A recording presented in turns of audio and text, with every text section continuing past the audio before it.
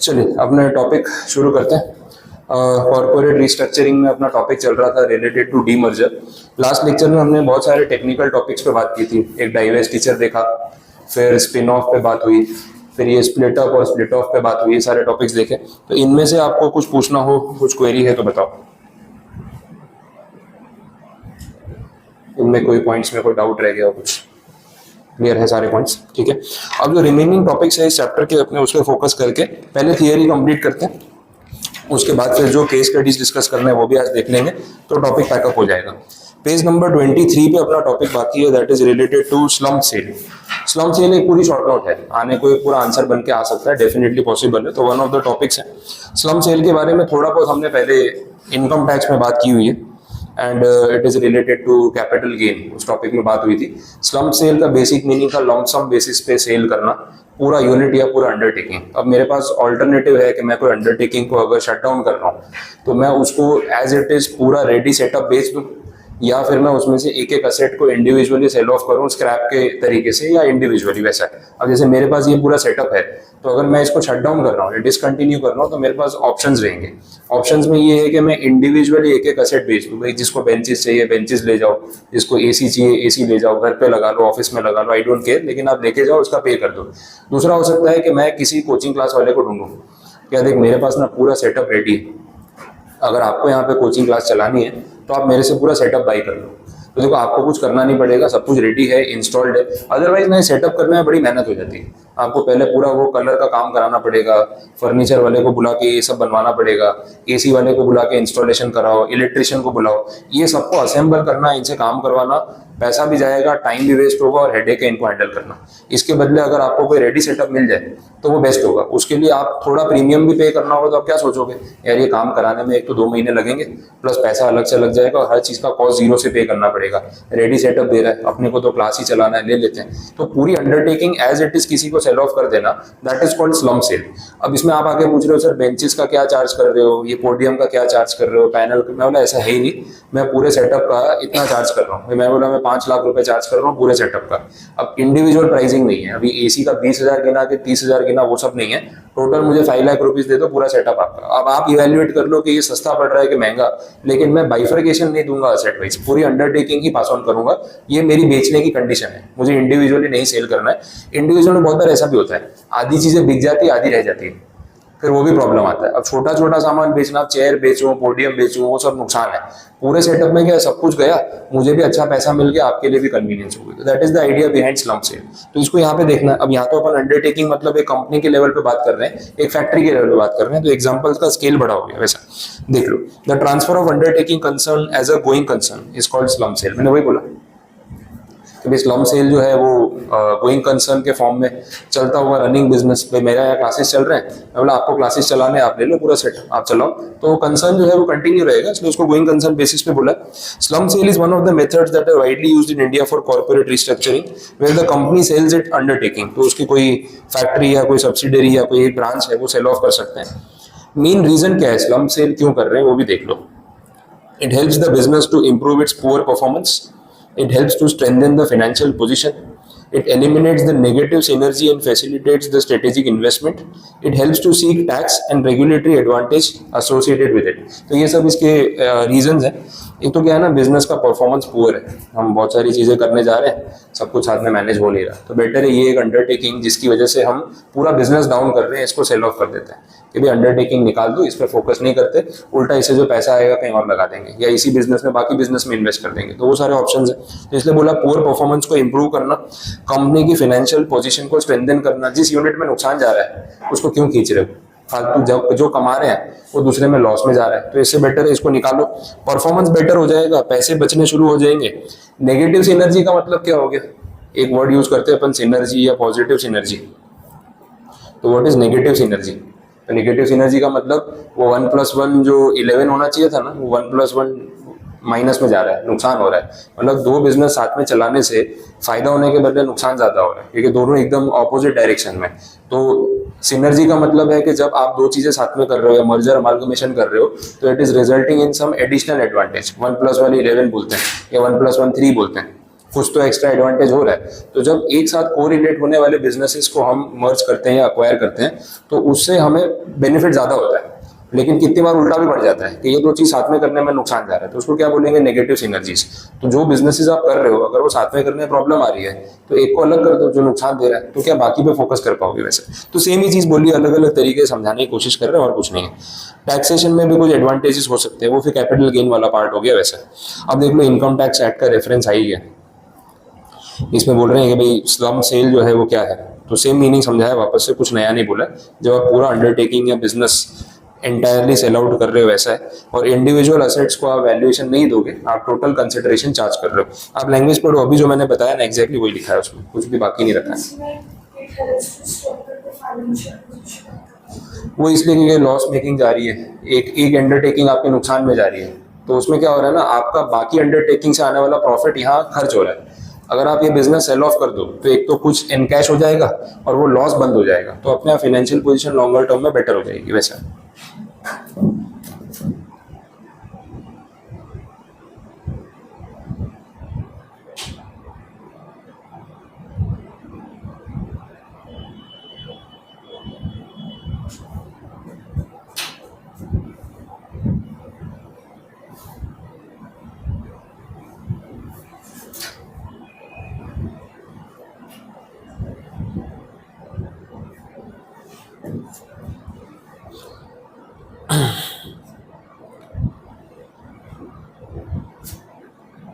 बोलो, डेफिनेशन समझ आए? एग्जैक्टली जो मैंने बोला वही है कि इनकम टैक्स की डेफिनेशन बड़ी लॉजिकल है।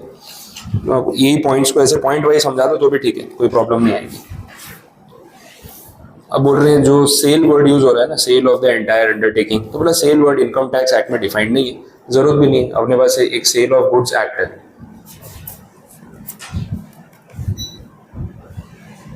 वो एसी की हवा से नहीं स्टैंड मिल रहा है।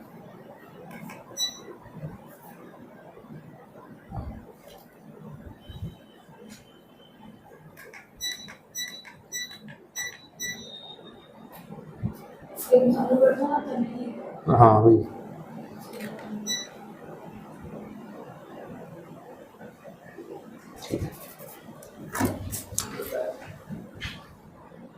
अब थोड़ा कम है, तो ज्यादा हिल रहा था, एकदम पूरा वीडियो ऐसा आएगा फिर, ठीक है। हाँ, तो सेल वर्ड जो है ना उसकी definition sale of goods act में दे रखी है, तो फिर अलग डेफिनेशन की नीड नहीं थी, सिर्फ रेफरेंस दिया हुआ है। कुछ केस लॉ का डिसीजन भी है, देखें। The supreme court made the clear distinction between sale and exchange. Okay, इस पॉइंट पे बात हो रही है। In this case the assessee was carrying on the business and had transferred the assets of the business to a company in consideration for allotment of the shares of that company. Okay, the issue was whether it was exchange or sale, because on that basis the transaction will be identified as a slum sale.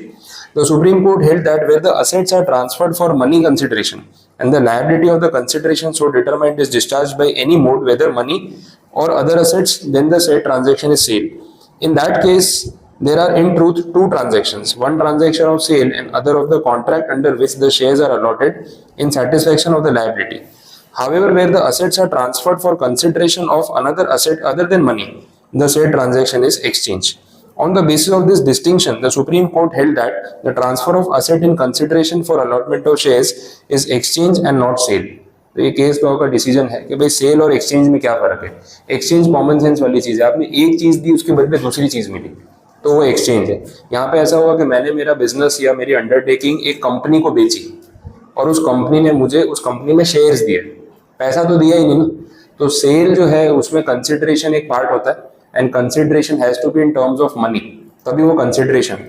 Otherwise फिर वो exchange वाला part आके एक asset दी दूसरी asset ली, और shares जो है आपने कंपनी में लिए उसको यहाँ पे मनी के इक्विवेलेंट नहीं माना कोर्ट ने। तो कोर्ट ने बोला कि यार अगर आप अपना बिजनेस किसी कंपनी को बेच रहे हो उसमें आपको शेयर मिल रहे हैं तो वो सेल वर्ड में कवर नहीं हो सकता, because consideration is not in terms of money, तो उसको हम एक्सचेंज बोलेंगे। सुप्रीम कोर्ट का फैसला है तो हमें ये चीज को ध्यान में रख के चलना है। अब सेम केस अगर एग्जाम में आ जाए तो आपको स्टोरी रिकॉल होनी चाहिए। देखो नाम याद रखना है सेकेंडरी, बट कंटेंट पता होना वो प्राइमरी है, तो पहले उस पर फोकस करना।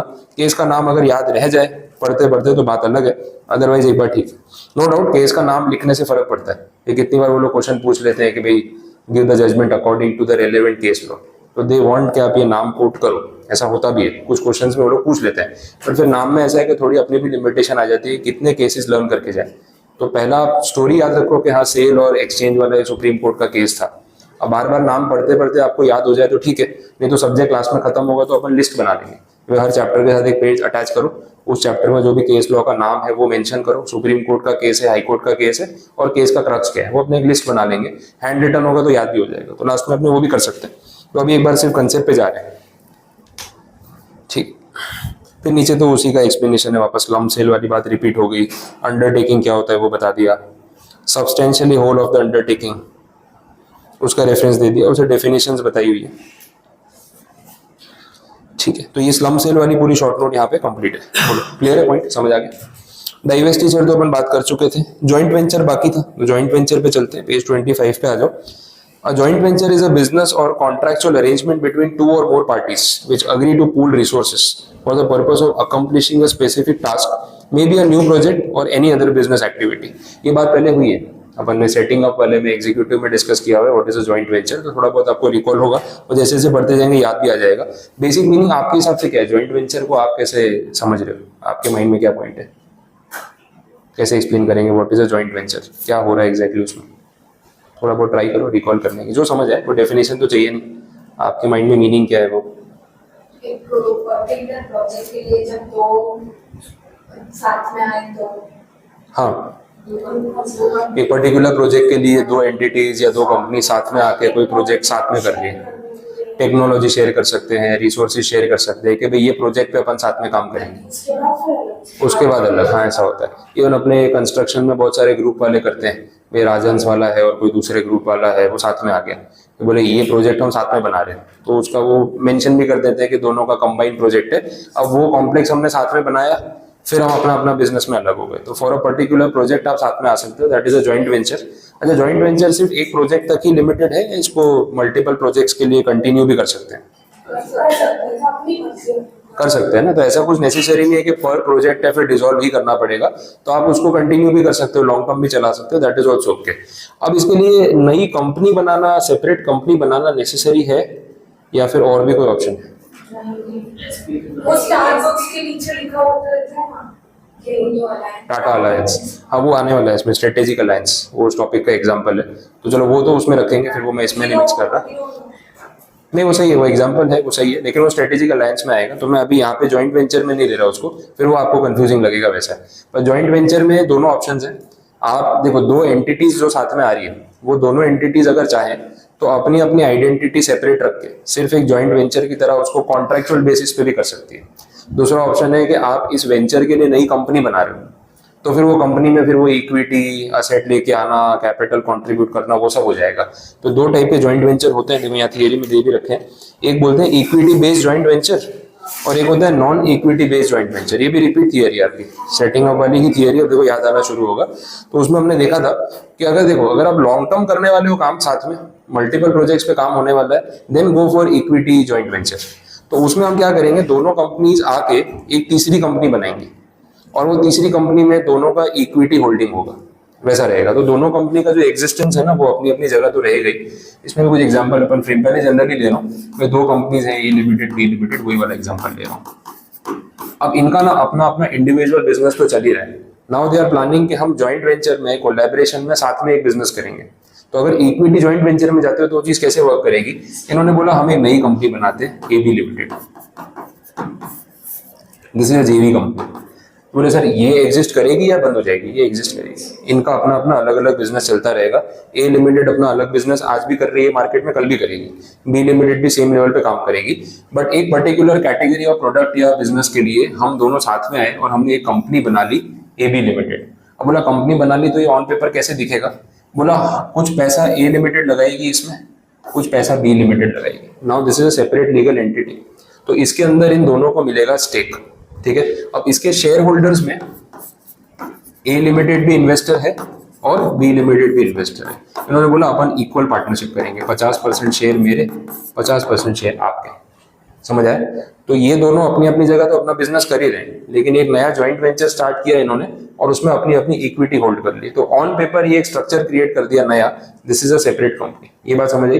ये इतना तामझाम तभी फिजिबल है जब आप लॉन्ग टर्म ये काम साथ में करने वाले हो। एक प्रोजेक्ट के लिए कंपनी बनाने का कोई सेंस नहीं है, वो तो कॉन्ट्रेक्चुअल बेसिस पे भी हो सकता है। तो that is a non equity joint venture, जहाँ पे कॉन्ट्रैक्ट कर लिया कि मैं भी इस बिजनेस में पार्टिसिपेट कर रहा हूँ, आप भी कर रहे हो, हम ये प्रोजेक्ट साथ में कर रहे हैं। प्रोजेक्ट कंप्लीट करने के बाद हम अपने अपने लाइन पे अलग चले जाएंगे। लेकिन अगर आप लॉन्ग टर्म 2 साल 5 साल 10 साल साथ में काम करना चाहते हो तो कॉन्ट्रेक्चुअल बेसिस पे सही नहीं रहेगा, फिर आप इक्विटी पे चले जाओ तो बेटर है। तो क्या है ना, अकाउंटिंग भी सेपरेट हो जाएगी, एक सेपरेट लीगल एंटिटी बन जाएगी, वो आर्टिफिशियल पर्सन का बेनिफिट भी मिल जाएगा, ज्यादा सही रहेगा वैसा। तो ये चीज हो सकती है। तो ये डिफरेंस है बेसिक इक्विटी जॉइंट वेंचर और नॉन इक्विटी में। सेम ही हो गया ना, जिसका जितना स्टेक होगा उसको उतना मिलेगा। अगर मेरे पास 50% शेयर है और आपके पास 50% शेयर है, कल को अगर आप इसको वाइंड अप करते हो तो जो भी चीजें हैं वो किस रेशियो में बटेंगे, 50-50%, सिंपल हो गया। तो वो तो प्रॉब्लम है ही नहीं। वाइंडिंग अप का प्रोसीजर तो वही रहने वाला है। एबी लिमिटेड के लिए भी कुछ आउटसाइडर क्रेडिटर्स होंगे, पहले उनका पेमेंट करेंगे, सिक्योर्ड वाले अनसिक्योर्ड वाले बैंक लोन वो सब पे करेंगे, फिर उसके बाद आएंगे प्रेफरेंस वाले, उसके बाद हम लोग आएंगे इक्विटी वाले। सेम ही ऑर्डर रहेगा ना, उसमें तो कोई फर्क पड़ने वाला ही नहीं है वैसा। But you have a choice कि आपको जॉइंट वेंचर करना है, 2 एंटिटीज को साथ में मिलकर बिजनेस करना है, तो तीसरी एंटिटी बनानी है या नहीं बनानी। अगर बनानी है तो इसको हम बोलते हैं इक्विटी बेस्ड जॉइंट वेंचर, और नहीं बनानी है तो अदरवाइज बोलेंगे, जिसके अंदर कॉन्ट्रैक्चुअल अग्रीमेंट्स आ सकते हैं वैसा। तो ये पॉइंट है। हीरो होंडा का केस रह चुका है पास्ट में, ठीक है। तो हीरो साइकिल वाली अपनी कंपनी जो है वो तो अलग से थी, होंडा अलग से चल रही थी, लेकिन इनका जॉइंट वेंचर भी चल रहा था हीरो होंडा। तो hero Honda was a equity based joint venture ना, वो एक कंपनी 20 साल उन्होंने साथ में काम किया है, कोई शॉर्ट टर्म प्रोजेक्ट तो था नहीं। अब इस साइकिल में हीरो साइकिल्स अपना बिजनेस चला रही थी अलग से, वो अलग कंपनी थी। होंडा जो है, होंडा की बाइक्स भी आती थी, होंडा की कार्स भी आती थी, और हीरो होंडा की बाइक्स भी आती थी, तो भी तो चल रहा था। तो एक तरफ वो जॉइंट वेंचर भी चला रहे, एक तरफ अपना सेपरेट बिजनेस भी चला रहे, और मार्केट में कहीं ना कहीं दोनों के सेम प्रोडक्ट्स भी अवेलेबल है। हीरो होंडा की मोटरसाइकिल भी है, होंडा की मोटरसाइकिल भी है, चल ही रहा था ना। तो दे वर ओके विद दैट, कोई प्रॉब्लम नहीं है। मार्केट में कस्टमर के लिए ऑप्शंस हो गए। अब देखो, hero Honda was joint venture, उसमें यह था कि डिजाइनिंग हीरो का था और टेक्नोलॉजी होंडा की थी, दैट वाज द कॉम्बिनेशन। तो उन्होंने 20 ईयर साथ में काम किया, फिर सेपरेट कर दिया। मारुति सुजुकी भी तो एक एग्जांपल है, वो साथ में चल ही रहा है। सुजुकी तो जापानीज ब्रांड है, मारुति इंडियन कंपनी है, तो इन दोनों ने भी तो जॉइंट वेंचर कर ही रखा है, इक्विटी जॉइंट वेंचर, और साथ में चला रहे हैं। अब इन फ्यूचर कभी उनको सेपरेट करना होगा तो कर सकते हैं। तो वो कॉन्ट्रैक्ट पे इतना लॉन्ग टर्म नहीं चलता, वो इक्विटी पे चलेगा वैसा, दोनों का अपना अपना हिस्सा रहेगा। मुझे देखना पड़ेगा महिंद्रा और जावा ने कैसे अग्रीमेंट किया हुआ है, क्योंकि जावा तो ये मोटरसाइकिल वाली कंपनी है ना, तो उन्होंने वो ब्रांड एक्वायर, क्योंकि जावा वो पुराना ब्रांड है। हाँ, वापस चालू हुआ। तो अब ये एक्विजिशन किया है या ब्रांड परचेज किया, वो एक बार सर्च करके बताऊंगा, क्योंकि मुझे एग्जैक्टली उसका ध्यान में नहीं क्या केस है। तो इक्विटी वाला पॉइंट आपको पता चल गया, उसमें कुछ है भी नहीं, उसमें दोनों पार्टीज अपनी अपनी कैपिटल लेके आएंगे और उनको शेयर्स मिलेंगे वैसा। नॉन इक्विटी वाले में बहुत सारे ऑप्शंस हैं, cooperative agreements, seeking technical service arrangements, franchise, brand use agreements, management contracts, rental agreements, बहुत कुछ हो सकता है इसमें। फ्रेंचाइज वाला ऑप्शन जो है वो भी नॉन इक्विटी जॉइंट वेंचर है। फ्रेंचाइज मॉडल तो आपको आइडिया है, फ्रेंचाइज मॉडल थोड़ा बता देता हूँ। जैसे सपोज फॉर इंस्टेंस अपना नेचुरल्स आइसक्रीम वाला है, अब सूरत में नेचुरल्स की जो आइसक्रीम के जितने भी स्टोर्स हैं वो फ्रेंचाइज मॉडल है, ठीक है। अब नेचुरल्स वाला ओरिजिनली उसकी कंपनी मुंबई की है, जो फाउंडर है मुंबई बेस्ड है, और रिसेंटली उनकी डेथ हुई थी, तो उसके बारे में बात भी हुई थी कि भाई कैसे उन्होंने इतना बड़ा ब्रांड बिल्ड किया, और अच्छी सक्सेस स्टोरी है स्ट्रेटेजिक मैनेजमेंट की, वो भी एक केस स्टडी है वैसा है। अब उन्होंने नेचुरल्स का जो भी आउटलेट्स है मुंबई में वो सारे खुद ही चलाए, फिर उन्होंने सोचा कि अब फर्दर एक्सपांड करना है तो दूसरी टेरिटरीज में हमको फ्रेंचाइज देनी पड़ेगी। अब अगर मैं नेचुरल्स की फ्रेंचाइज सूरत में ले रहा हूँ तो मुझे नेचुरल्स के साथ मिलकर कोई कंपनी बनाने की जरूरत नहीं है, मैं उनके साथ कॉन्ट्रैक्चुअल ऑब्लिगेशन में हूँ वैसा है। अब सूरत वाली जो फ्रेंचाइज है नेचुरल्स की, वो मैं उनसे जो है परमिशन ले रहा हूँ, उनको रॉयल्टी पे कर रहा हूँ, और उसके बेसिस पे मुझे परमिशन दे रहे हैं कि आप हमारा ब्रांड नेम यूज करके, हमारी रेसिपीज यूज करके ये आइसक्रीम यहाँ पे बेच सकते हो। तो दिस इज अ कॉन्ट्रैक्ट, और ये कॉन्ट्रैक्ट को हम क्या बोलते हैं, फ्रेंचाइज अग्रीमेंट, ठीक है। तो वो फ्रेंचाइजर है, मैं फ्रेंचाइजी हूँ, और फिर मैंने उसको स्टार्ट किया हुआ है। अच्छा, मेरा बिजनेस चलाने के लिए, सूरत में नेचुरल्स का आउटलेट चलाने के लिए मुझे कौन सा बिजनेस मॉडल यूज करना है वो मेरे ऊपर है। सोल प्रोप्राइटर करना है, पार्टनरशिप फॉर्म करनी है, कंपनी बनानी, दैट इज माई चॉइस। अब ऐसा हुआ जब फ्रेंचाइज लेनी थी तो मैं नेचुरल्स के फाउंडर से बात की, तो उन्होंने बोला हमारी फ्रेंचाइज फीस रहेगी, इतना इन्वेस्टमेंट रहेगा, इतना स्क्वायर फुट का, बहुत टर्म्स एंड कंडीशन होती है। फ्रेंचाइज चलाना आसान काम नहीं है, बिकॉज आप है ना, अपना पैसा लगा के भी उनके गुलाम हूँ, हर चीज उनसे पूछनी पड़ती है। बीच में मेरी एक दो बार ऐसे बात हुई थी, इतनी टर्म्स एंड कंडीशन होती है, बोले इंफ्रास्ट्रक्चर कम से कम इतना स्क्वायर फुट का एरिया होना चाहिए। बोले ठीक है, क्योंकि उनके स्टोर्स की जो रेपो है वो मेंटेन होनी चाहिए। अब छोटी सी दुकान में कहीं पे भी नेचुरल्स का आउटलेट खोल दोगे तो उनकी ब्रांड इमेज खराब होती है। फिर वो ग्राउंड फ्लोर पे होनी चाहिए, रोड साइड शॉप होनी चाहिए, ऐसी सब कंडीशंस होती है। ऐसा नहीं आप थर्ड फ्लोर पे कहीं कोने में जाकर नेचुरल आइसक्रीम खोल दो, कस्टमर आएगा ही नहीं, उनका तो नाम खराब होगा। फिर बोले इंटीरियर जो है वो हमारी टीम आएगी, जो इंटीरियर हमारा पूरे इंडिया में बाकी स्टोर्स में है वो सेम थीम पे बनेगा, और उसके चार्जेस आपको जो हम बोलेंगे उसी वेंडर को पे करने पड़ेंगे ताकि क्वालिटी सेम दिखे। आप मैकडोनल्ड्स में जाते हो पूरे इंडिया में तो सेम लगता है ना, ऐसा अलग थोड़ी यार यहाँ का तो कुछ अलग ही है, पता नहीं क्या बनाया है। बोले मैं सस्ते कारपेंटर से बनवा लूंगा, ये करा लूंगा, नहीं चलता है, उनकी टर्म्स एंड कंडीशन होती है। तो ये सब चीज़ों में आपको उनके हिसाब से चलना है। रेसिपी है, फूड वाली जो भी चीज़ें हैं, प्राइसिंग है। अब एक नेचुरल्स के स्टोर वाला डिस्काउंट दे रहा है, बोले हाफ रेट में बेचूंगा, ऐसा नहीं हो सकता। आपको प्राइसिंग में भी जो फ्रेंचाइज ओनर है उसके हिसाब से चलना है। ये सब चीज़ें ना कॉन्ट्रैक्चुअल अग्रीमेंट पे होती है, पहली चीज़ तो ये है। अब जब मैंने नेचुरल वाले से बात की, मुझे लगा इन्वेस्टमेंट बहुत ज़्यादा है, मैं अकेले नहीं कर पाऊंगा, तो आपके साथ डिस्कशन हुआ। मैंने आपको बोला एक काम करते हैं, अपन दोनों ये काम पार्टनरशिप में करते हैं। बात समझ आई? तो जो सूरत वाला स्टोर है ना, वो आप और मैं पार्टनरशिप फर्म के फॉर्म में चला रहे हैं। बट ये चीज में नेचुरल आइसक्रीम वाला थोड़ी ना पार्टनर है, उसके साथ तो कॉन्ट्रैक्ट है। तो हमने पहले किया क्या होगा ना, आपने और मैंने मिलके ना पहले एक पार्टनरशिप फॉर्म बनाई होगी। सपोज हम एलएलपी भी बना सकते हैं, कोई भी ऑप्शन है, एग्जांपल ले रहा हूँ। अपन ने पार्टनरशिप फॉर्म बनाई भाई, एबीएन कंपनी करके ये नाम रख दिया। अब नेचुरल आइसक्रीम वाले के साथ जो कॉन्ट्रैक्ट हो रहा है वो कौन कर रहा है? ABN company. बात समझ आ रही है? तो एबीएन कंपनी और नेचुरल आइसक्रीम मिलके कोई नई कंपनी नहीं क्रिएट कर रहे। इन दोनों के बीच में तो क्या है, सिंपल एक कॉन्ट्रैक्ट। समझ आए? लेकिन ये बिजनेस करने के लिए हमने एक पार्टनरशिप फॉर्म बना ली, that is a different thing. बात समझ आ रही है? क्लियर हो रहा है? तो इन दोनों के बीच में it is a contractual arrangement, जिसको हम non equity based joint venture बोलेंगे, क्योंकि मैं नेचुरल आइसक्रीम वाले के साथ कोई नई तीसरी कंपनी नहीं फ्रेम कर रहा हूँ। बात समझ आ गई? वैसा हो गया। अब यहाँ पे मैं ये काम सोल प्रोप्राइटर के फॉर्म में भी कर सकता था। मैं बोला मेरे पास पैसे हैं, मुझे पार्टनर की जरूरत नहीं है, तो मैं एज एन इंडिविजुअल गया, मैं नेचुरल आइसक्रीम वाले को बोला मुझे ना फ्रेंचाइज दे दो, कॉन्ट्रैक्ट कर लेते हैं। उसने बोला ठीक है, मैं रेडी हूँ। अब नेचुरल आइसक्रीम अलग कंपनी है, मैं एज अ सोल प्रोप्राइटर यहाँ पे नेचुरल आइसक्रीम का स्टोर चला रहा हूँ। तो हम दोनों के बीच में जो अग्रीमेंट है वो कैसा है? Non equity based. हमने कोई तीसरी कंपनी थोड़ी ना बनाई मिलके। बात समझ आ रही है? अब यहाँ पे जो मैं हूँ, मैं सोल प्रोप्राइटर का फॉर्मेट यूज करूँ, फर्म का फॉर्मेट यूज करूँ, एलएलपी का फॉर्मेट यूज करूँ, या कंपनी का फॉर्मेट यूज करूँ, क्या फर्क पड़ता है? समझ आया? बात यह है कि इन दोनों के बीच में जो अग्रीमेंट है वो इक्विटी बेस्ड है या नॉन इक्विटी बेस्ड है? वो नॉन इक्विटी बेस्ड है। देखिए मैं तो आपके साथ सिर्फ कॉन्ट्रैक्ट कर रहा हूँ नेचुरल आइसक्रीम वाले के साथ। मेरा सिर्फ कॉन्ट्रैक्ट है कि मैं आपका ब्रांड नेम यूज करूंगा, मैं आपके प्रोडक्ट्स बेचूंगा, मैं इतना स्क्वायर फुट की प्रीमाइसेस बनाऊंगा, वॉट एवर इट इज, जो भी डील हुई होगी। लेकिन हम दोनों के बीच में ऐसा नहीं है कि हम दोनों ने मिलके कोई तीसरी कंपनी बना ली, ऐसा कुछ भी नहीं। फिर उसमें नेचुरल्स वाले की भी इक्विटी है, मेरी भी इक्विटी है, नहीं होता है। अब वो नेचुरल्स वाला पूरे इंडिया में अगर अपनी 200 फ्रेंचाइज बांट रहा है तो सबके साथ कंपनीज बनाता फिरेगा, उसका लीगल मैनेजमेंट कितना बढ़ जाएगा। बिकॉज लापिनोस का देख रहा था मैं उसके ऐप के ऊपर, 700 प्लस आउटलेट्स हैं पूरे वर्ल्ड में। इंडिया में है 600 प्लस, और आउट ऑफ इंडिया भी उन्होंने स्टार्ट किया है। 700 आउटलेट्स है, फ्रेंचाइज मॉडल है। अब सूरत में लापिनोस की 30 फ्रेंचाइज है, 30 प्लस हर एरिया में है। मेरी बात हुई थी बीच में उससे, तो बोले सर सूरत में हम कोई आउटलेट नहीं दे रहे नया, बिकॉज स्ट्रेटेजिकली लोकेशन से नहीं बची है कि जहाँ पे हम अगर इसको स्टार्ट करें तो प्रॉफिटेबल हो पाएगा। मैं क्या बात कर रहे हैं?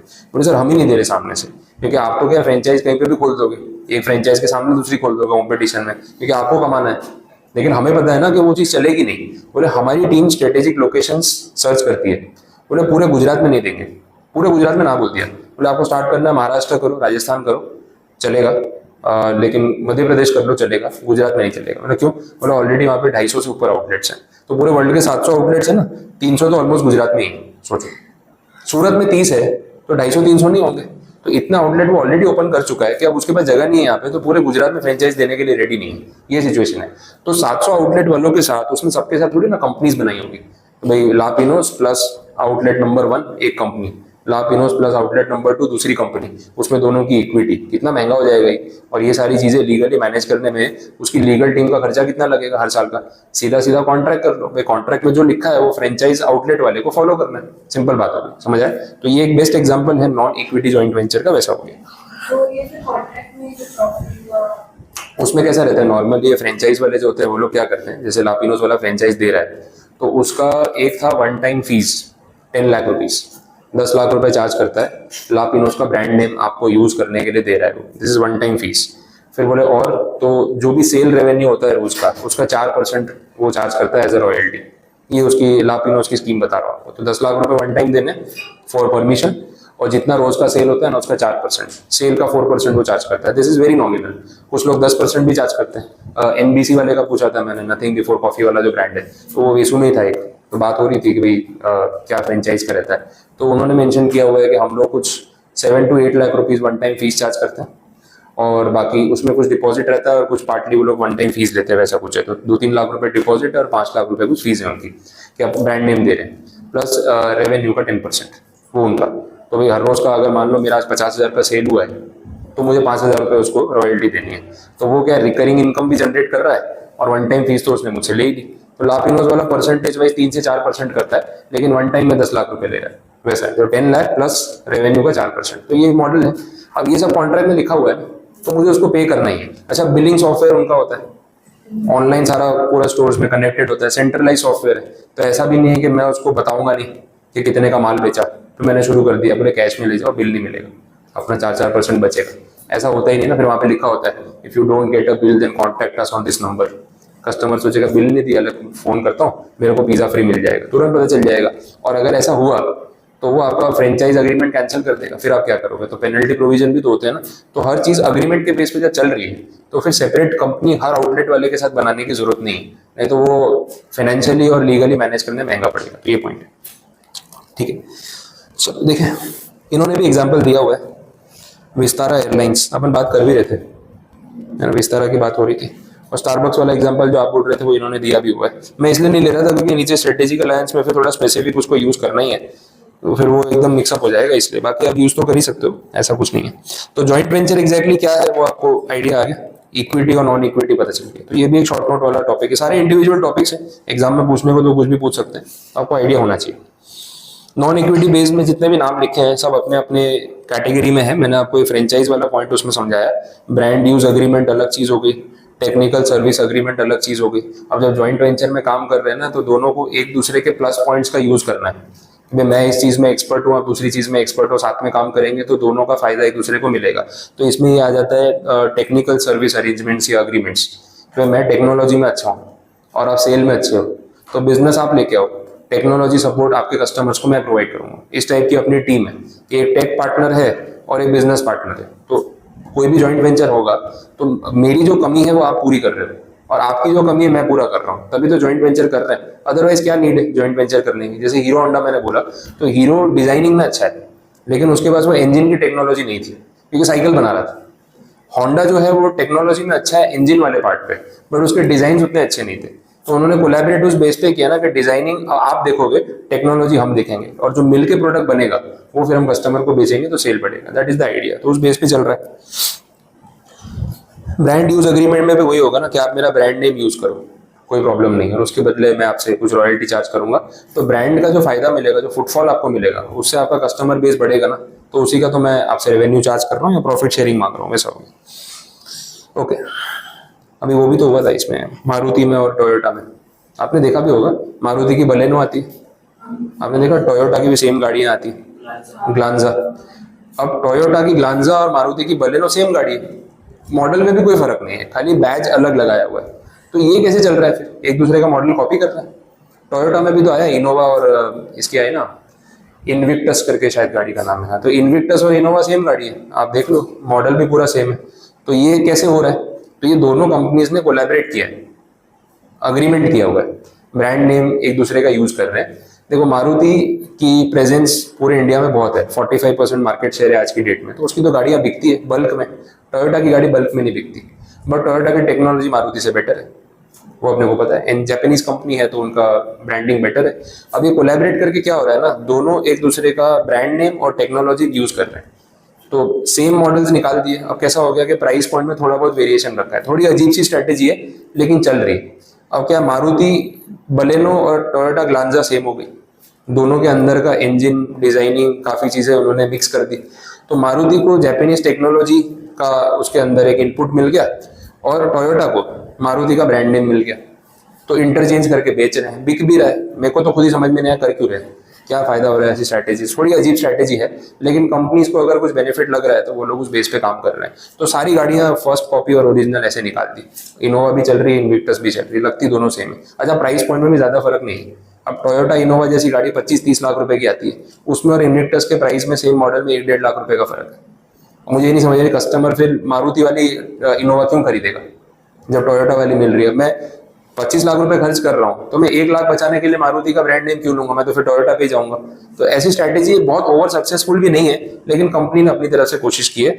रीजन, टोयोटा का वॉल्यूम नहीं है इंडिया में, टोयोटा की सेल नहीं है बहुत ज्यादा, तो उनको सेल बढ़ानी थी तो मारुति के साथ मर्ज कर लिए कि भाई आप हमारी गाड़ी बेचो, हम आपकी गाड़ी बेचेंगे, सेम टेक्नोलॉजी यूज करेंगे, 2 नाम से निकालेंगे, चलेगा, कुछ तो बिकेगा। तो टोयोटा की मजबूरी थोड़ी ज्यादा है, ये वैसी बात हो गई। चलो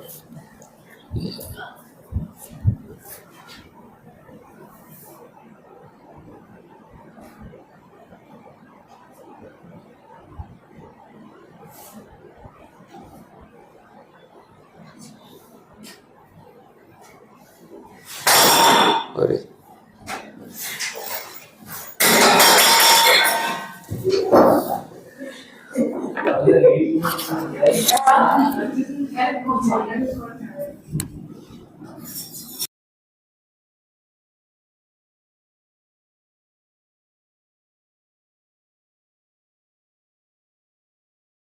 जॉइंट वेंचर वाला पार्ट जो है वो भी अपना कंप्लीट हुआ। नेक्स्ट चलते हैं स्ट्रेटेजिक अलायंस पे। इसके भी बहुत सारे एग्जांपल्स मिल जाएंगे, थोड़ा लैंग्वेज देखते हैं फिर एग्जांपल पे चलते हैं। सेकंड पैराग्राफ है ना, वो पहले देखना। इसमें बोला है strategic alliance is an arrangement between 2 companies that have decided to share resources to undertake a specific mutually beneficial project. It is an excellent vehicle for 2 companies to work together profitably. It can help companies develop and exploit the unique strengths. Organizations get an opportunity to widen customer base or utilize the surplus capacity. तो कुछ ना कुछ फायदा एक दूसरे के brand का, business का लेना है, इसलिए अलायंस कर रहे हैं, साथ में मिलके काम करेंगे। अलायंस का मतलब क्या है, मिलके काम करेंगे। पॉलिटिकल पार्टीज में वर्ड बड़ा कॉमन है ना, पॉलिटिकल अलायंस। अब क्या होता है ना, वो मिली जुली सरकार बनाते हैं ना, भाई यार मेरी इतनी सीटें कम पड़ रही तो साथ में आजा, सपोर्ट दे दे, तो अपने मिलके सरकार बना लेंगे। अभी जो लोकसभा इलेक्शन हुए उसमें गवर्नमेंट ऐसे ही बनी। अब इस बार पहले 300 पार गए थे, इस बार और ज्यादा एस्पिरेशन बढ़ गया, 400 पार। बोला सारी सीटें ले जाओ, इलेक्शन ही क्यों करा रहे हो, 500-600 जो है पूरी ले लो, और क्या। तो 400 पार लॉन्च कर दिया। अब 400 के चक्कर में 300 भी नहीं आया। वैसा हो गया ना कि वो जैसे एक होता है ना कि अपने को 50% मार्क्स लाने, आप सीधा AIR पे चले गए, पता चला 50% ही नहीं आए, ठीक है, एग्रीगेट नहीं बना, ये वैसी बात हो गई। तो बेचारे एग्रीगेट ही नहीं बना पाए, वैसा हुआ। अब जब 240 आ गई तो फंस गए। तो 272 का अपना मैजिक नंबर बोलते हैं, ठीक है, तो वो लाना है। 272 तो हो ही नहीं रही, अब क्या करेंगे। तो बीजेपी इंडिविजुअली 240 पे अटक गई। अब इनको चाहिए अलायंस। बोले 30-32 सीटें कहीं से उठा के लानी पड़ेगी। तो एक तो अपना नीतीश कुमार तो है ही, बोले जहां सीटें कम पड़ रही मैं फिट हो जाऊंगा। फिर वो कांग्रेस हो के बीजेपी, मुझे फर्क नहीं पड़ता, मेरी एक ही कंडीशन है, बिहार का CM मैं ही रहूंगा, बस वैसा है। तो बिहार का CM जब तक मैं हूँ, जो मुझे CM बनाएगा उसको सपोर्ट है मेरा, मुझे कोई फर्क नहीं पड़ता। तो वो उनका जो पब्लिक परसेप्शन है वैसा ही है। तो भाई नीतीश कुमार की सीटें जो है वो बीजेपी के साथ मर्ज हो गई। फिर इसमें तेलंगाना में, ठीक है, तो तेलंगाना के मिनिस्टर को भी बोल दिया कि भाई तुझे भी CM बना के रखेंगे, तो साथ में आ जा। अब अलायंस कर लिया, अब 3 पार्टी मिला दी, तो वो बीजेपी नहीं है, वो NDA है। अलायंस को NDA बोला जाता है, और इंडिविजुअली बीजेपी एक पार्टी हो गई, वैसा है। तो मिला के सरकार बना ली, तो 272 का नंबर क्रॉस हो गया। तो वो अलायंस है, इसलिए वो एक सरकार है। अब कल को नीतीश कुमार बोल रहे भाई मैं तो जा रहा हूँ, तुम देख लो, तो सीटें कम पड़ जाएंगी, तो जो है मेजोरिटी बनेगी नहीं, तो वो रिस्क फैक्टर हो जाएगा, वैसा है। तो मिल के काम करना, दैट इज अलायंस। और स्ट्रैटेजी तो है ही, सोच समझ के काम कर रहे हैं। अब फिर जब बजट आता है तो बजट में सारा जो बेनिफिट है, आंध्र प्रदेश और बिहार, आंध्र प्रदेश, बिहार, तेलंगाना, इन सबको बेनिफिट क्यों दे रहे हैं, क्योंकि दोनों वहां के तो सपोर्टर है। अब उनके स्टेट को कुछ नहीं दिया तो सपोर्ट खींच लेंगे, सपोर्ट खींच लिया तो सरकार चली जाएगी। तो सब मिलजुल के चलता है। और ये तो इंडिया में ट्रेंड रहा है 2004 से 2014, जब मनमोहन सिंह प्राइम मिनिस्टर थे तो कांग्रेस जो था वो UPA अलायंस था, 11 पार्टीज का अलायंस था वो, 11 सबकी थोड़ी थोड़ी सीटें मिला के। अभी भी तो वैसे ही चल रहा है, वो इंडिया अलायंस बनाया, उन्होंने क्या किया है ना, तो सारा बीजेपी वर्सेस अदर पार्टीज कर दिया ना, सेम स्ट्रैटेजी पे चल रहे हैं। और वो 11 पार्टीज को मिला के एक सरकार बनाओगे तुम, कुछ भी फैसला लेना हो तो बाकी 10 को पूछना पड़ता है, उनके अपने नाटक होते हैं। मेरे स्टेट में ये दोगे तो हाँ बोलूंगा, अरे यार ये कौन सी ब्लैकमेलिंग है। देश के हित में कुछ होता है कि तुम अपना ही देखते रहते हो, तो वो झगड़े के चक्कर में डिसीजन स्लो हो जाते हैं, तो वो एक फर्क पड़ता है, वैसा।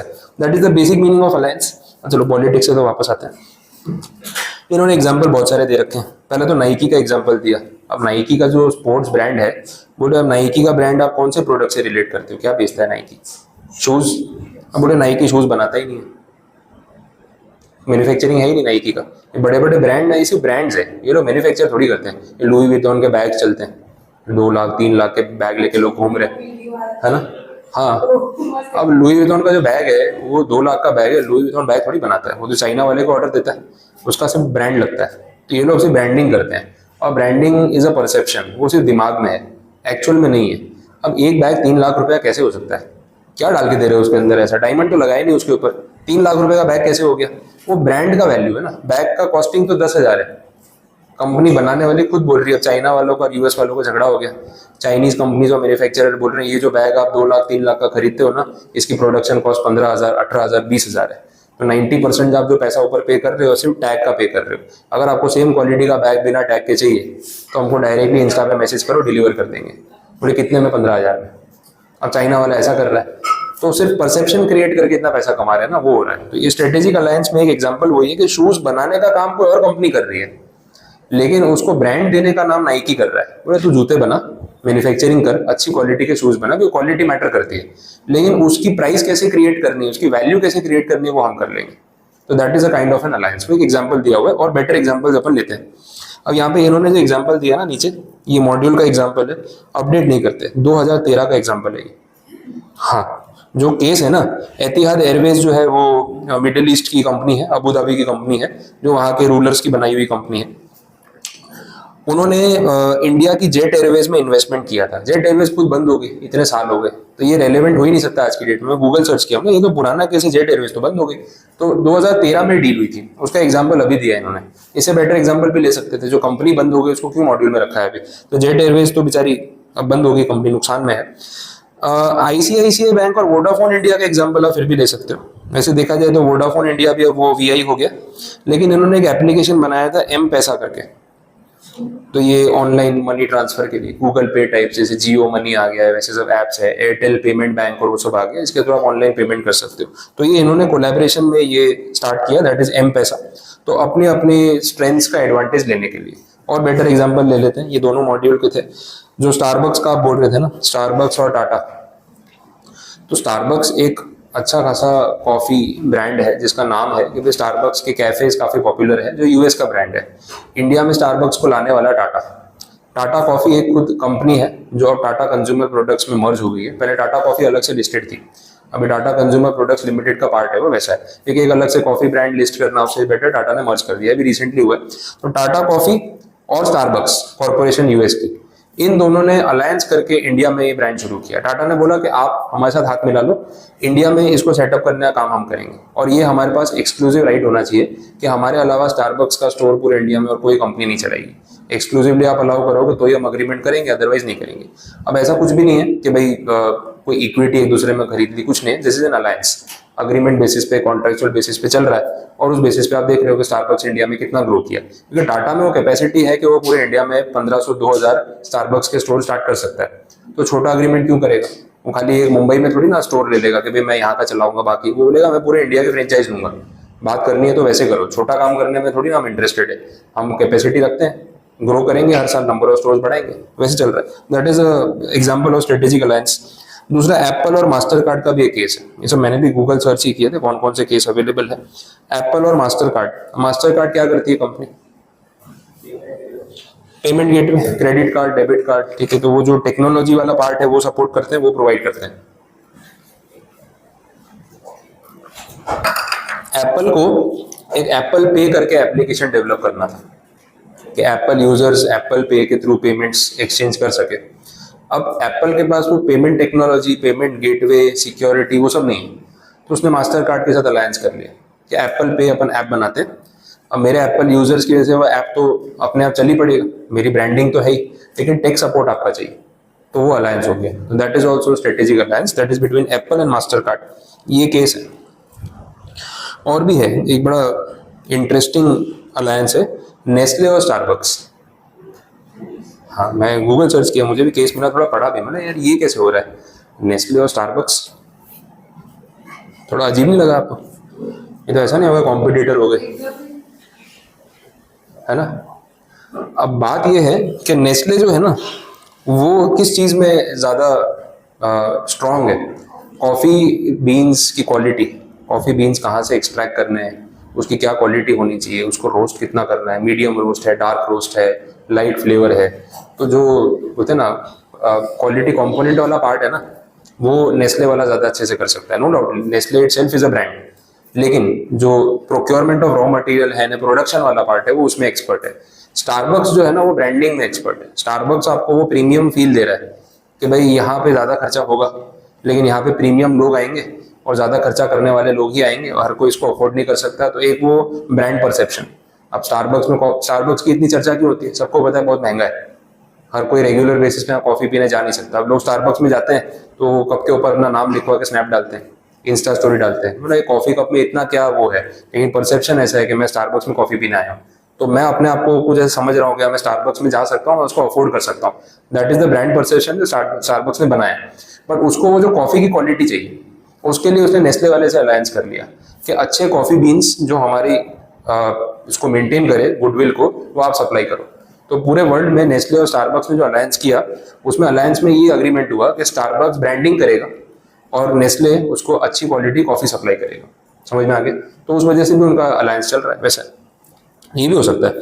और बिजनेस में ऐसा बिल्कुल भी नहीं है कि जो कॉम्पिटिटर्स हैं, ठीक है, वो लोग साथ में काम नहीं कर सकते, ऐसा बिल्कुल नहीं होता है। करते हैं। देखो प्योर बिजनेस है ना, तो वो ईगो वाला और इमोशन वाला काम नहीं होता है, सब कुछ बिजनेस होता है। अगर पैसा कमा रहे हैं तो दुश्मन भी दोस्त है, सीधी बात है। एप्पल और सैमसंग वैसे राइवल्स हैं, लेकिन एप्पल का जो मैन्युफैक्चरिंग है वो उसने सैमसंग को आउटसोर्स कर रखा है। यार सोचो यार ये कैसे चल रहा है। तो एप्पल का जो डिस्प्ले है वो सैमसंग बनाता है और सैमसंग उसको बना के सप्लाई करता है। तो ये कैसे पॉसिबल है? फिर तो सैमसंग वाला कॉपी नहीं कर लेगा, उसको तो टेक्नोलॉजी पता है, खुद ही बना के दे रहा है। बट पेटेंट भी तो होता है। तो एप्पल वाले के पास उसके डिस्प्ले का पेटेंट है, तो सैमसंग वाले को टेक्नोलॉजी पता है, लेकिन वो सेम टेक्नोलॉजी वो अपने फ़ोन में यूज़ नहीं कर सकता। ये करेगा तो फिर वो पेटेंट वाला केस हो जाएगा और उसको पे करना पड़ेगा। अब सैमसंग की क्वालिटी उसने कहीं ना कहीं इंप्रूव तो कर ही ली, उसको तो पता तो चल ही गया कि एप्पल वाला क्या यूज़ कर रहा है, बट उसको डायरेक्टली वो कॉपी पेस्ट नहीं कर सकता। अब ऑन पेपर मीडिया में दो ब्रांड्स राइवलरी कर रहे हैं, आपस में फाइट कर रहे हैं, लेकिन बैकएंड में एक दूसरे का काम कर रहे हैं। समझ आ रहा है? तो ऐसे दुश्मन है, बट ऐसे एक दूसरे के क्लाइंट्स भी हैं। समझ आ रहा है? वैसे काम होता है। तो ये इंटरेस्टिंग चीज़ है और सीखने वाली चीज़ है कि भाई अपना फ़ायदा देखना चाहिए। बाकी वो तो दुश्मनी दोस्ती अलग चीज़ है, बिजनेस में फ़ायदा देखा जाता है वैसा। तो this is strategic alliance. Next case है, इसको हम बोलेंगे रिवर्स मर्जर। ये भी इंटरेस्टिंग है और इसमें आपको एग्जांपल्स भी देता हूँ क्या चल रहा है। रिवर्स मर्जर अपने थोड़ा बहुत बीच में बात कर भी देते हैं। देखो नॉर्मली क्या होता है, पब्लिक कंपनी प्राइवेट को अक्वायर करती है, स्ट्रॉन्ग कंपनी वीक कंपनी को अक्वायर करती है, बड़ी कंपनी छोटी कंपनी को अक्वायर करती है, यही होता है। Profit making company loss making company को अक्वायर करती है। दीज आर सम इंस्टेंसेस जो आपके माइंड में बैठ जाते हैं कि हाँ यही होता है नॉर्मल लाइफ में।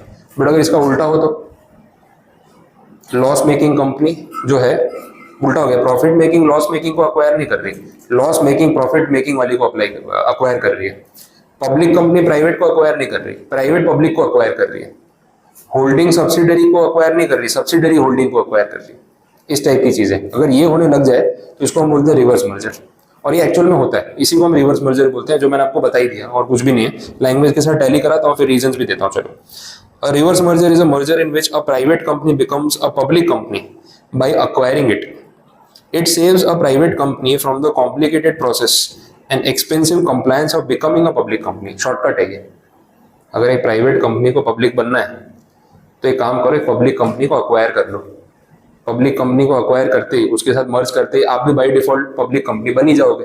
फिर आप अपने आप को प्राइवेट बोलो ना बोलो कोई फर्क नहीं पड़ता, नाम से क्या रखा है, technically you are a public company. तो बाय डिफॉल्ट आपका कन्वर्जन हो गया। और इसके बदले अगर आप नॉर्मली प्राइवेट को पब्लिक में कन्वर्ट करने जाते तो आरओसी के और सेबी के कंप्लायंसेस आपको भारी पड़ते हैं, टाइम भी लेता, पैसा भी लगता, मेहनत भी पड़ती। ये शॉर्टकट है, इसलिए लोग रिवर्स मर्जर कर रहे हैं। ये एक रीजन हो गया उसका कि भाई प्राइवेट कंपनी को पब्लिक बनाना है तो एक पब्लिक कंपनी को अक्वायर करना। बाय डिफॉल्ट है कि प्राइवेट छोटी होगी पब्लिक बड़ी होगी, तो हो गया रिवर्स मर्जर। नॉर्मली तो क्या होता है, बड़ी कंपनी छोटी को अक्वायर करती है या छोटी कंपनी बड़ी को अक्वायर कर रही है। लीगली इट इज अलाउड, तो अजीब लग सकता है लेकिन इलीगल नहीं। आप बोले यार ऐसा, पर इलीगल नहीं है तो करो ना। आपको बात समझ में नहीं आएगी यार ऐसा कैसे होता है, बट जब लॉ में बोला है कि आप चाहो तो ऐसा कर सकते हो और इससे आपका टाइम और पैसा बचता है तो करो, कोई मना नहीं कर रहा, तो इसलिए अलाउड है। Next, Instead, it acquires a public company as an investment and converts itself into a public company. तो वही बात होगी. However, there is another angle to the concept of reverse merger. When a weaker or smaller company acquires a bigger company, it is a reverse merger. In addition, when a parent company merges into its subsidiary or a loss-making company, it acquires a profit-making company. It is also termed as a reverse merger. ये सारे example दे दिए इन्होंने. एक example आपको दिया कि जब private company public को अक्वायर करती है वो रिवर्स मर्जर है. This is the first case. दूसरे वाले में क्या बोला, वीकर कंपनी या स्मॉलर कंपनी बड़ी कंपनी को अक्वायर करे, वो भी रिवर्स मर्जर है. फिर बोल रहे हैं अगर पेरेंट कंपनी सब्सिडरी में जाके मर्ज हो जाए तो भी वो रिवर्स मर्जर है, क्योंकि लॉजिकली तो उल्टा होना चाहिए वैसा है. और loss making company profit making company को अक्वायर कर ले तो वो भी रिवर्स मर्जर है. तो आपके पास 3-4 केस तो हो गए कि रिवर्स मर्जर कब होता है. तो आपको इंस्टेंसेस कोट कर सकते हो. शॉर्ट में दिया लेकिन एक पैराग्राफ में सारी बात समझा दी.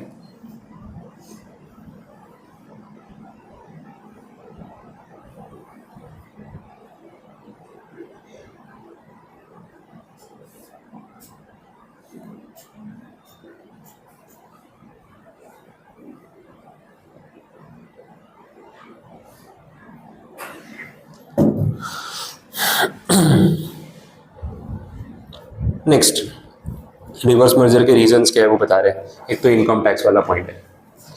कल अपन बात कर भी रहे थे लास्ट लेक्चर में, प्रॉफिट मेकिंग एंटिटी जो है अगर लॉस मेकिंग को खरीद ले तो उसके लॉसेस वो कैरी फॉरवर्ड करके यूज नहीं कर सकती. लेकिन अगर उल्टा हो जाए, भाई मैं तो लॉस मेकिंग वाली कंपनी को एग्जिस्टेंस रख रहा हूँ ना, प्रॉफिट मेकिंग वाली को मिला रहा हूँ, तो मैं तो मेरे लॉस तो यूज करूंगा ना.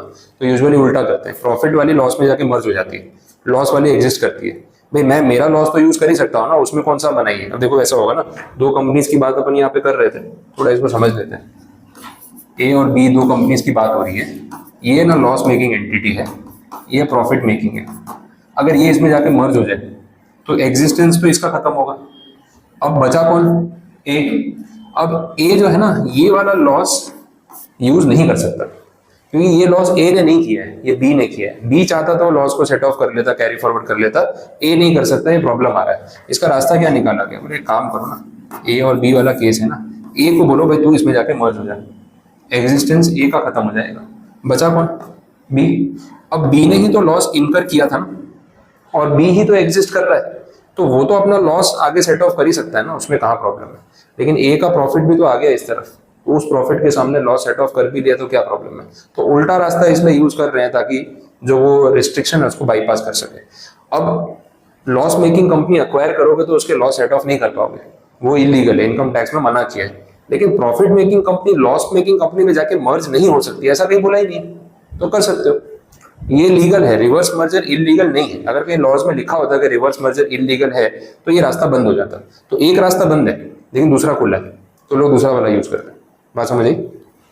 अननेसेसरी कॉम्प्लिकेट करते हैं. इससे अच्छा इनकम टैक्स का सेक्शन हटा दो. जब लोग फालतू में मेहनत कर रहे हैं तो उनसे क्यों मेहनत करा रहे हो. अब ये कोई छोटे बच्चे हैं, इनको बात नहीं पता होगी. अब अननेसेसरी आप प्रॉफिट वाली को लॉस में मर्ज करा रहे हो. इससे बेटर है वो 72A वाला हटा दो. बोलो ले हुए लॉस मेकिंग कंपनियां उठाओ और करो मर्जर और ले लो सेट ऑफ, क्योंकि वैसे भी तुम करने ही वाले हो. बट सीधा रास्ता बंद करके इनसे मेहनत करवा रहे हैं और कुछ नहीं. थोड़ा जरूरी भी एकदम ओपन छोड़ देते हैं, मिसयूज भी ज्यादा होता है, इसलिए गवर्नमेंट भी थोड़ा बहुत आपको परेशान करती है वैसे. ठीक है, तो ये रिवर्स मर्जर वाला पॉइंट हो गया. तो थियोरेटिकली अपन ने सारे पॉइंट्स इस चैप्टर के कर लिए कंप्लीट. अब खाली 2 केस बचे हैं.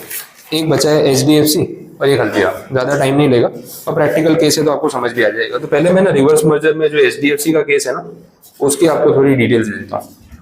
गूगल ही करना आप, कुछ नहीं केस समझा देता हूँ. एक ICICI बैंक का केस भी लिखा है इन्होंने, वो बहुत पुराना केस है 2002 का, उसको क्या डिस्कस करें. HDFC वाला अभी है 2023 का केस है, तो पहले वो समझ लो. अब इसकी पहले कंडीशन बता रहा हूँ कि कंपनीज है क्या और हुआ क्या है, फिर उसके बारे में थोड़ा पढ़ते हैं.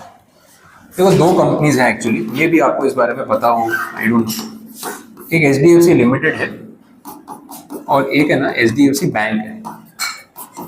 बैंक भी तो लिमिटेड ही होगी वैसे. 2 अलग कंपनीज है. आइडिया है इसके बारे में. HDFC लिमिटेड अलग कंपनी है, HDFC बैंक अलग कंपनी है, दोनों डिफरेंट एंटिटीज है वैसा है. अब ये दोनों एंटिटीज जो है ना, वो क्या काम करती है वो समझना है. HDFC लिमिटेड जो है वो एक AMC कंपनी है, असेट मैनेजमेंट कंपनी. ये बड़ी कंपनी है, आप बोल सकते हो this is a parent company.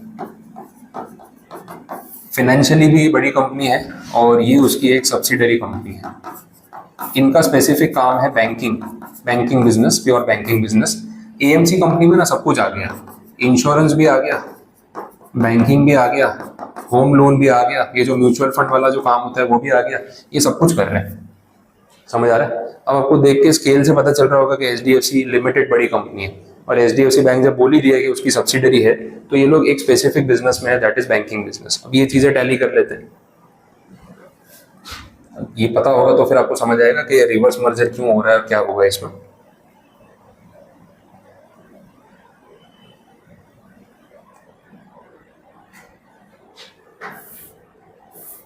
देखो लोगो भी अलग है। एचडीएफसी बैंक जो है वो डिफरेंट कंपनी है, इसकी थोड़ी डिटेल्स देख लेते हैं।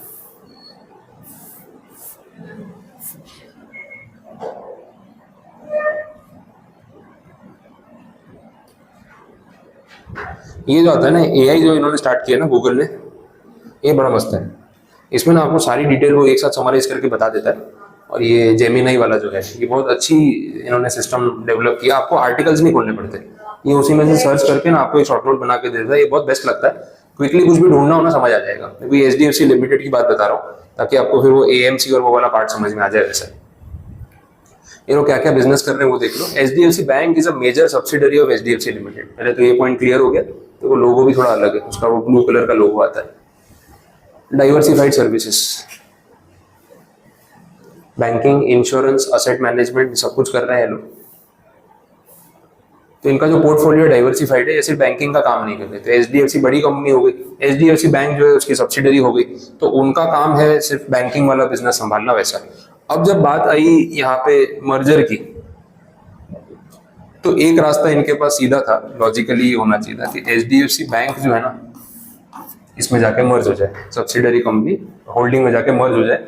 इन्होंने किया उल्टा, एचडीएफसी लिमिटेड एचडीएफसी बैंक में जाके merge. This is a case of reverse merger. ये बैलेंस शीट वाइज भी बड़ी कंपनी है, बिजनेस ऑप्शंस वाइज भी बड़ी कंपनी है, लेकिन बड़ी कंपनी छोटी में जाके मर्ज हो गई, ये रिवर्स मर्जर है। और ये किस बेसिस पे हुआ वो टर्म्स एंड कंडीशंस भी समझ लेते हैं।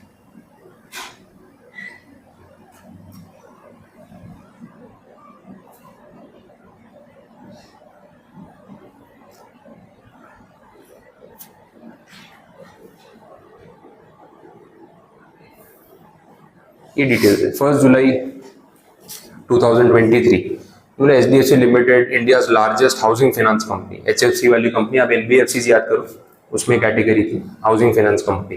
It is merged with HDFC bank, the countries largest private sector bank, on July 1st 2023. This merger created a large financial services conglomerate with significant market capital and a broader range of product or services. ये सब details है।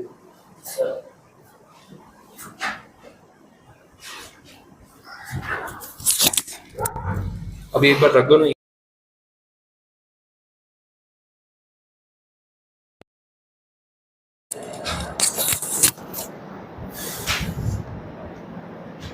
तो कोई बोला HDFC share holders received shares of HDFC bank, क्योंकि bank continue करेगी, HDFC बंद हो गई, तो जिसके पास एचडीएफसी लिमिटेड के शेयर्स थे अब उसको क्या मिलेगा, एचडीएफसी बैंक के शेयर्स मिलेंगे, क्योंकि एचडीएफसी लिमिटेड का एग्जिस्टेंस खत्म हो गया, शेयर एक्सचेंज हुआ, कुछ भी नहीं।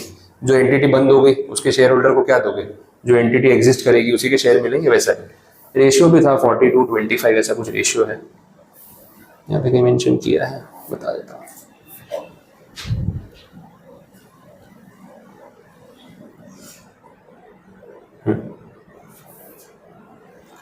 ये रेशियो पे शेयर एक्सचेंज हुए थे। एचडीएफसी लिमिटेड के जो शेयर होल्डर्स है ना उनको 42 शेयर्स मिलेंगे एचडीएफसी बैंक के फॉर एवरी 25 शेयर्स हेल्ड।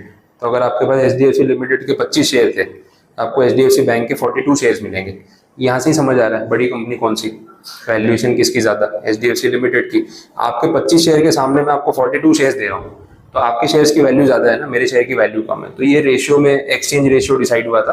तो जो बिजनेस वैल्यूएशन करते हैं फिर एक्सचेंज रेशियो डिसाइड होता है मर्जर अमालगमेशन में, ये उसका केस है, मालूम पड़ा। तो ये रिवर्स मर्जर में बेस्ट केस है, अगर आपको कोट करना है तो आप एचडीएफसी का मर्जर समझा सकते हो। वैसे यहाँ तो बहुत ही शॉर्ट में दे दिया।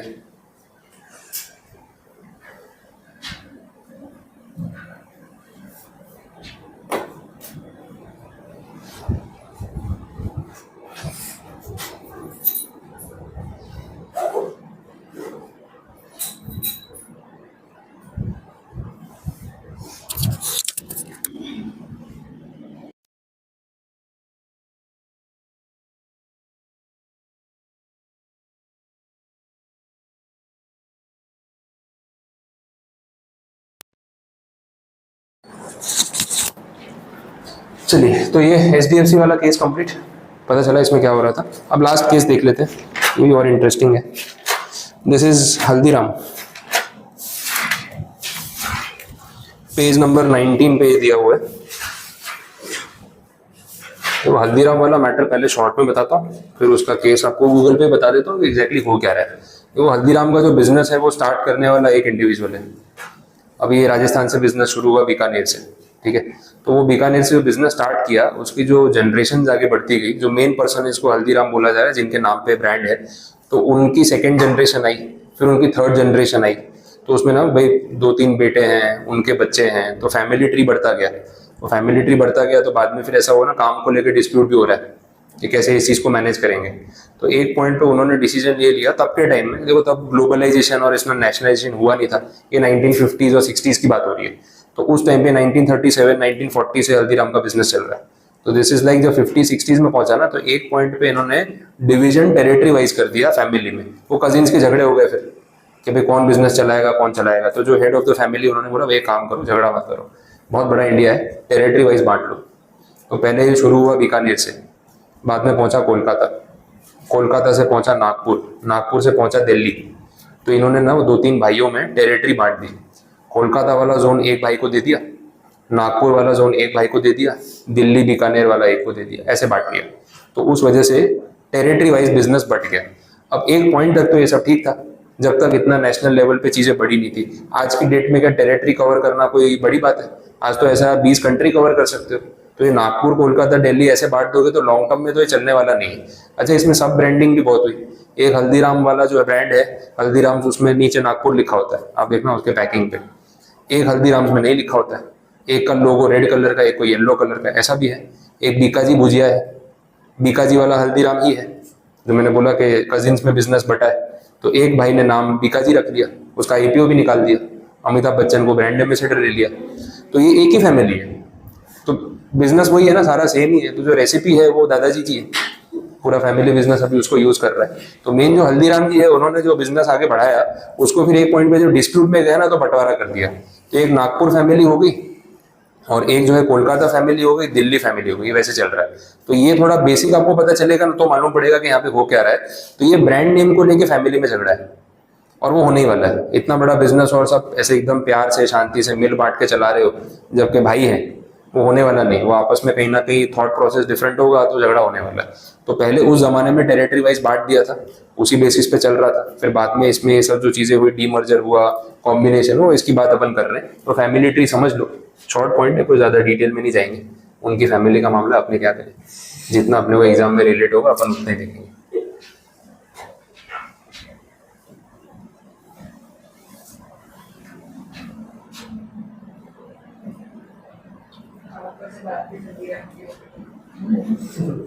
हाँ, लंच टाइम हो रहा है, बात हल्दीराम की हो रही है। नहीं, मेरे को नहीं पसंद ये काम नहीं, इसका हल्दीराम का है ना, जो भुजिया से उसमें कॉटन का तेल, हाँ, और वो आलू से है ना, क्या बात है? देखो सर, डिमांड तो जाते हैं, हमारे घर में भुजिया से बनता है, इसी का ब्रांड का जाता है। हाँ, तो भुजिया से आलू से पहले वो खाती थी, ये पनीर से सब कनेक्टेड। देख लो, ये है हिस्ट्री हल्दीराम की, टेरिटोरियल डिवीजन कैसे किया। ये है मिस्टर हल्दीराम, हाँ, ये ओरिजिनल दादाजी जिन्होंने रेसिपी बनाई। हाँ, मैं आएगा पहुंचे। हाँ, नहीं, एक्चुअली इसकी हिस्ट्री जो मैं केस स्टडी देख रहा था ना, पूरी इसकी एक केस स्टडी आपको शेयर भी कर दूंगा, अपने पास केस आया तो आपको देखने मजा भी आएगा। इनकी फैमिली का बिजनेस था ये भुजिया सेव, बीकानेरी सेव। तो तब के टाइम में ना वो एक स्टैंडर्ड कॉमोडिटी थी, मतलब मार्केट लगता था बीकानेर में, तो 100 लोग सेम सेव बेच रहे हैं, कोई फर्क नहीं। और लूज बिकती थी, वो बोरी में रखी हुई है, आप भरो, उसको पैक करा लो, 100 ग्राम, 200 ग्राम, 500 ग्राम, जो भी चाहिए, ठीक है। तो वो वहाँ पे पैक करा लो, तो उसके ऊपर आपको मतलब कुछ यूनिकनेस कुछ नहीं है।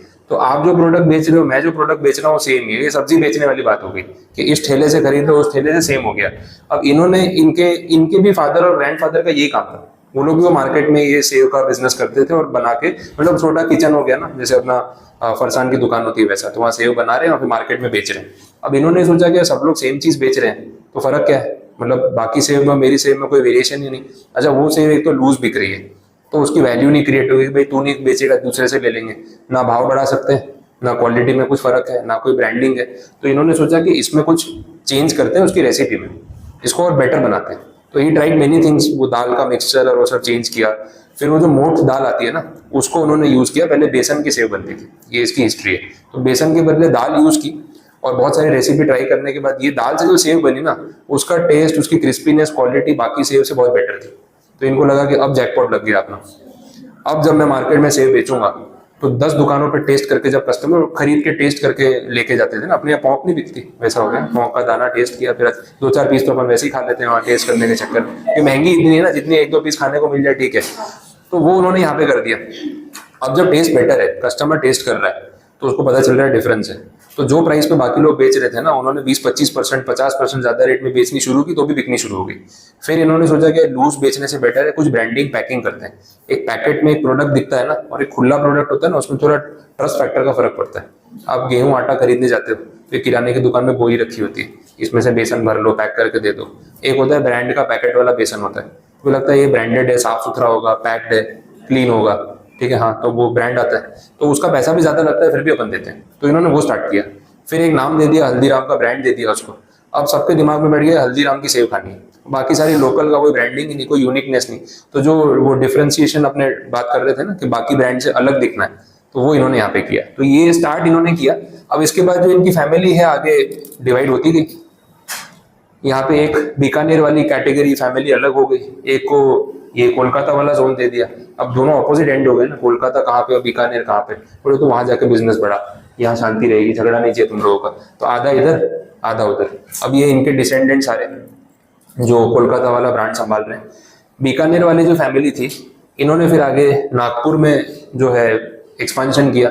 अब नागपुर में मिठाइयाँ शुरू करने वाले ही ये है, ये जो अपन मावे की मिठाइयाँ, दूध की मिठाइयाँ खाते हैं ना, नागपुर में किसी को पता ही नहीं था ऐसा सब होता है। तो जो हलवा और ये सब चीजें होती है ना, दे वर द फर्स्ट वन जो उन्होंने नागपुर में जाकर मिठाई की दुकान खोली। तो महाराष्ट्र में नागपुर में इसके पहले उनके ट्रेडिशन में मिठाइयों का कोई इतना टेस्ट नहीं था, ये रसगुल्ले गुलाब जामुन उनको पता भी नहीं थी। इन्होंने जाके वहाँ पे शुरू किया, एक नया टेस्ट डेवलप किया, अच्छी बड़ी दुकान खोली और लोग आने लगे तो उनको पसंद आने लगा। उसके बाद वहाँ मिठाइयों का ट्रेंड शुरू हुआ इनकी वजह से। तो पायनियर बोल सकते हो, वो जोन में मिठाइयों का कोई ट्रेंड ही नहीं था, तो इनकी वजह से शुरू हुआ। तो एक ये नागपुर वाली फैमिली हो गई। अब यही लोग बीकानेर का बिजनेस भी संभाल रहे हैं, यही लोग दिल्ली भी चले गए। तो एक ग्रुप जो है ना वो बंगाल वाले जोन में और एक ग्रुप ये नागपुर दिल्ली वाले जोन में, इस तरीके से चल रहा था। फिर इनके बीच में भी कुछ खिटपिट चल रही होगी, डिस्प्यूट काफी चले, बट ब्रांड नेम इन्होंने मतलब बचा लिया वैसा है, तो एकदम वो बिखर नहीं गया। तो ब्रांड नेम तो उल्टा बड़ा होता गया। आज 8-10 हजार करोड़ की कंपनी वैल्यूएशन है, इतना बड़ा ब्रांड तो इंडिया में डोमिनोज का भी नहीं, जितना हल्दीराम का सेल है, ये वैसा है। तो उस हिसाब से ये बाइफर्केशन है जिस वजह से बिजनेस इस तरीके से डिवाइड हुआ। केस के लिए जानना जरूरी है, तो आपको बात समझ आएगी कि यहाँ पे हो क्या रहा है। अब देख लो केस में, देख लो, ज्यादा इसकी डेप्थ में नहीं जाते। जो कंपनीज के नाम दे रखे हैं वो देखना, उसमें सब कुछ लिखा हुआ है, रिलेट भी हो जाएगा। यहाँ थोड़ा लिख के बता देता हूँ क्या है। एक इमेज थी उसमें मेंशन किया हुआ था,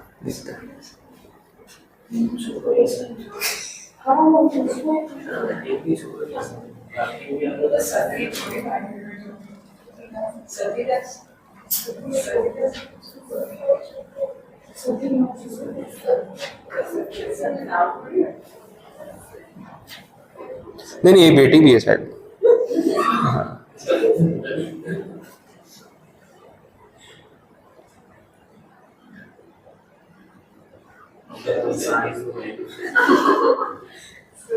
नहीं, मैं आपको इसकी वो केस स्टडी का वीडियो भेजूंगा, आप देखना, काफी इंटरेस्टिंग है वो।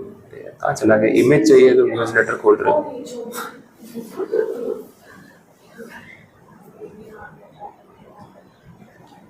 चलो जाने तो, लिख लेते हैं, क्या फर्क पड़ेगा।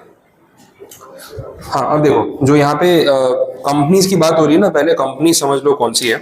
एक कंपनी का नाम है Haldiram snacks private limited, HSPL short में बोल रहे हैं।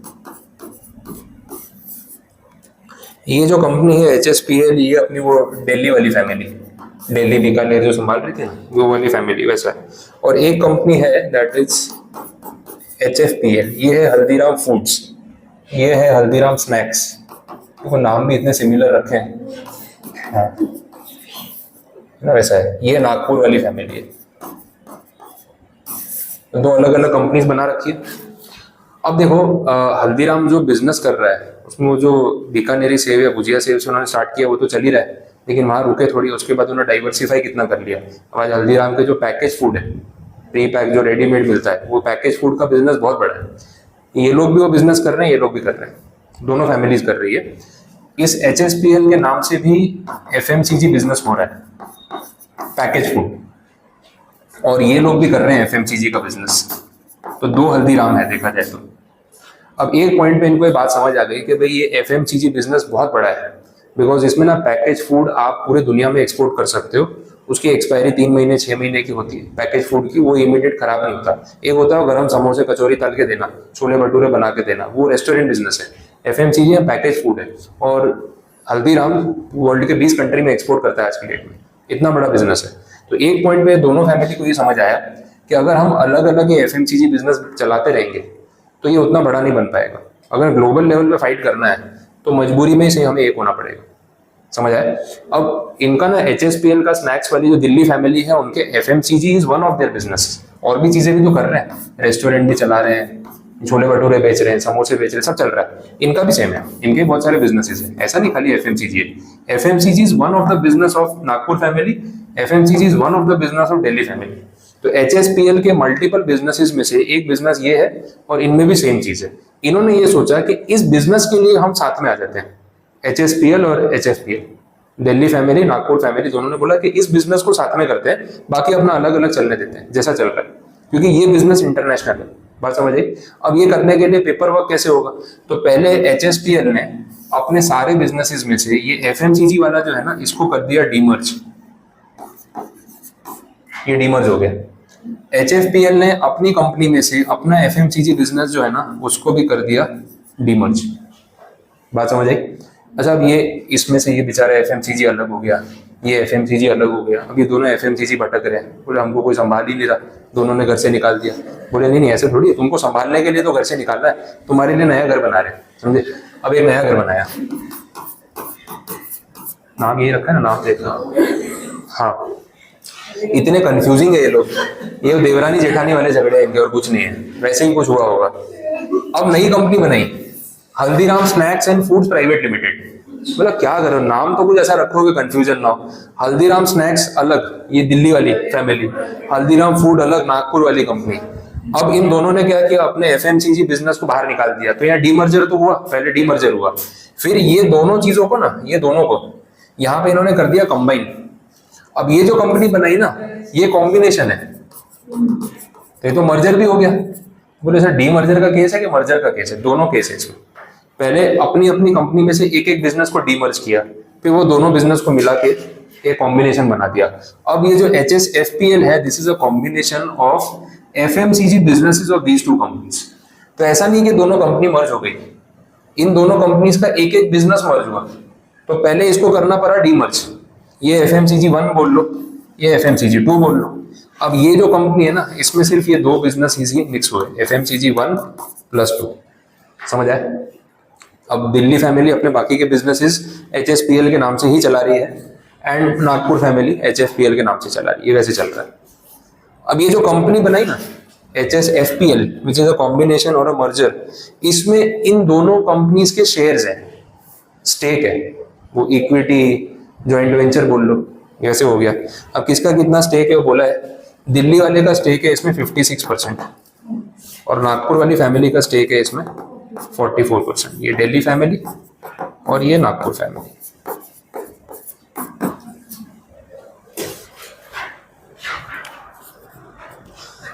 ये देख लो, आप बस ये रिपीट कर लो।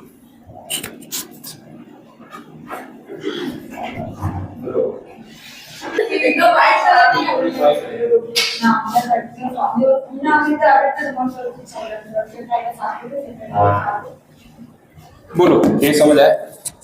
तो ये हल्दीराम फैमिली की केस स्टडी है, बाकी और डिटेल में नहीं जाएंगे। तो ये क्लियर हो गया ना, दो मर्जर, मतलब यहाँ पे दोनों में डीमर्जर भी हुआ, और वो जो डीमर्ज एंटिटी है ना, उसका जाके कॉम्बिनेशन बन गया, और ये दोनों एंटिटी ने इसमें स्टेक ले लिया। बात समझ आई? तो इन शॉर्ट ये दोनों फैमिलीज अपने अपने बिजनेस अलग चलाती है, लेकिन एफएमसीजी के लिए साथ में आ गए। एक तीसरी एंटिटी क्रिएट कर दी और उसमें दोनों ने स्टेक ले लिया। अब स्टेक इक्वल नहीं है, वो फिर उनका इंटरनल होगा किस बेसिस पे डिवीजन किया, लेकिन स्टेक दोनों का इतना है। तो ये पॉइंट है बस। तो ये केस कंप्लीट। वेस्ट बंगाल अलग चल रहा है, हाँ वो उधर ही, वो जोन ही अलग है। दिल्ली नागपुर वाले आपस में बिजनेस कर रहे हैं, वेस्ट बंगाल वाला अलग चल रहा है वैसे। ठीक, हाँ तीसरी जनरेशन है। हाँ हाँ हाँ।